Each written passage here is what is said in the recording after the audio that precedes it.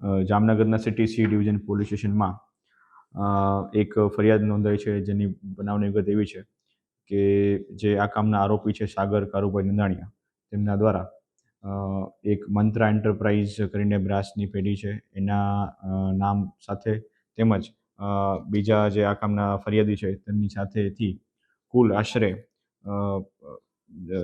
99,33.8 kilo જેટલું બ્રાસનું ભંગાર એ બાબતનો સોદો કરી એની પાસેથી ખરીદી કરી અને તેના બદલામાં તેને પૈસા ચૂકવણી કરેલ ન હતી અને ત્યારબાદ પોતાની પેઢી જે હતી એ બંધ કરી અને નાસી જઈ અને પોતે જે આ પૂર્વ આયોજિત કાવતરું કરી અને જે છેતરપિંડી કરી છે તે બાબતમાં જે આઈપીસી 406-420 મુજબનો ગુનો Jamnagar city C division police સ્ટેશનમાં નોંધાયેલો છે અને આ તપાસના કામે જે આ આરોપી છે સાગરભાઈ નંદાણીયા તેનું Jamnagar city C division police station દ્વારા અટકાયત કરવામાં આવી છે અને હાલ આગળની તપાસની કાર્યવાહી ચાલુ છે. આરોપી સાગર કારા નંદાણીયાને આજે પોલીસે કોર્ટમાં રજૂ કરી અને 5 દિવસની રિમાન્ડ માંગી હતી.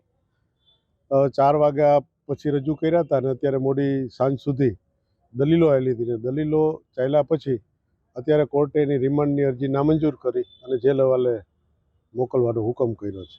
તેની ફરિયાદ હતી અને કેવી દલીલો છે તમારી? હા, આમાં જે આરોપી છે, આરોપીએ ગઈકાલે જામનગરના પત્રકારોની પરિષદ પ્રેસ કોન્ફરન્સ બોલાવવા માટે એને બધા ઇન્વિટેશન આપ્યા હતા પત્રકારોને અને એનું કહેવાનું હતું કે એની પાસે વિડીયો રેકોર્ડિંગ છે અને એ વિડીયો રેકોર્ડિંગમાં રાજસ્થાનના કોઈ આગેવાને એને ધમકી આપી હતી અને એ ધમકીમાં આ પેલા બિશ્નોઈનું નામ આપ્યું હતું કે ભાઈ આ બિશ્નોઈને અમારે કેવું જોશે અને બિશ્નોઈના નામનો ઉપયોગ કરીને ધમકી આપી હતી. એટલે એ બાબતે આ માણસને ફરિયાદ હતી કે મારી કાર મારા ઘરે પડી હોય છે, તો રાતે અગાઉ કોઈક એમાં છરીયું મારી ગયા છે, 2-3 વખત મારા ઘરે હુમલા થયા છે.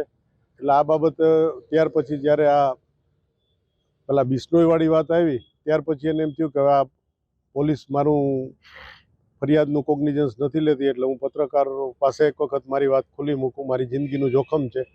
એટલે આ વાત હતી ત્યારે એણે મને જે સૂચના આપી છે એ પ્રમાણે એને સાંજે 5:30 વાગે પત્રકાર પરિષદ રાખી હતી. એ પહેલાં જ એલસીબીએ એને ઉપાડી લીધો હતો અને ત્યાં એલસીબી એને લઈ ગયા પછી સાંજે 5 વાગે એની સામે એફઆઈઆર દાખલ થઈ ગઈકાલે અને સાંજના અટક બતાવી અને આજે કોર્ટમાં એને રજૂ કર્યો હતો.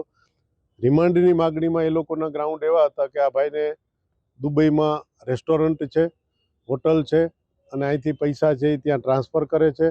આ મોડસ ઓપરેન્ડીથી આ કામ કરે છે. જુદા જુદા પેલા જે બ્રાસ પાર્ટના વેપારીઓ હોય એની પાસેથી માલ પેલા 2-3 વખત લઈ લે, પૈસા આપી દે અને ત્યાર પછી છેલ્લે માલ લઈ લે અને પૈસા ના આપતો, આવી રજૂઆત હતી. એની સામે અમે કાયદાની રજૂઆત અમારી એવી હતી કે આ કેસમાં તો જે ફરિયાદીએ ફરિયાદ કરી છે એ 2023માંથી એને લેતી દેતીનો વ્યવહાર હતો. 10 લાખ રૂપિયાનો ચેક આણે આપ્યો તો એ પાછો ફર્યો હતો. તો આવા સંજોગોમાં 138ની ફરિયાદ થાય, આમાં સીધી આવી એફઆઈઆર ન થાય. અને બીજું જે ચેક કબજે કરવાનો છે એ આરોપીના કબજામાં હોવાનો પોલીસનો કેસ નહોતો. તો આની પાસે આરોપી પાસેથી કોઈ વસ્તુ રિકવર કરવાની નહોતી, ડિસ્કવર કરવાની નહોતી. તો આવા સંજોગોમાં જે ગુજરાત હાઈકોર્ટના 2 જજમેન્ટ, લેન્ડમાર્ક જજમેન્ટ જે છે સ્વામી અમરજ્યોતિનું અને ગોંડલનું જાડેજાનું જે જજમેન્ટ છે એના ઉપર આધાર રાખીને અમે રજૂઆત કરી હતી કે આમાં રિમાન્ડ ન મળે અને કોર્ટે રજૂઆત ગ્રાહ્ય રાખી અને પોલીસની રિમાન્ડ અરજી નામંજૂર કરી છે.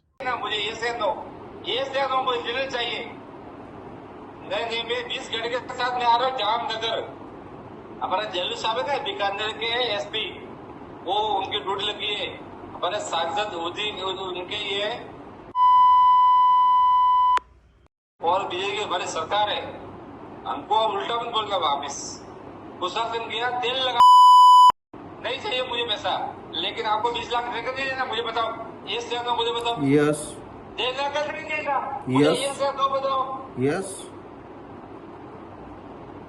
नहीं दिया ना, आपको खर्चा उड़ा दूंगा मैं. मेरा नाम कुशाल सिंह राजपूत है. आपको खर्चे उड़ा दूंगा मैं. भाई यार, आपके जैसे तो हजारों हम आगे पीछे घूमते, लॉरेंस बिंदे के फोन करो देगा आपको, लॉरेंस के साथ में हमारे टीम के आदमी है वो। सूची की बात बता रहा हूँ भाई, आप एसपी को भेजो, ये लोग सब बीकानेर के खास है हमारे, जो आपके एसपी है ना वो बीकानेर खास है, आपके पास आ जाएंगे। मुझे मत बोलना तो गुलशन सिंह आपको पैसा देखो।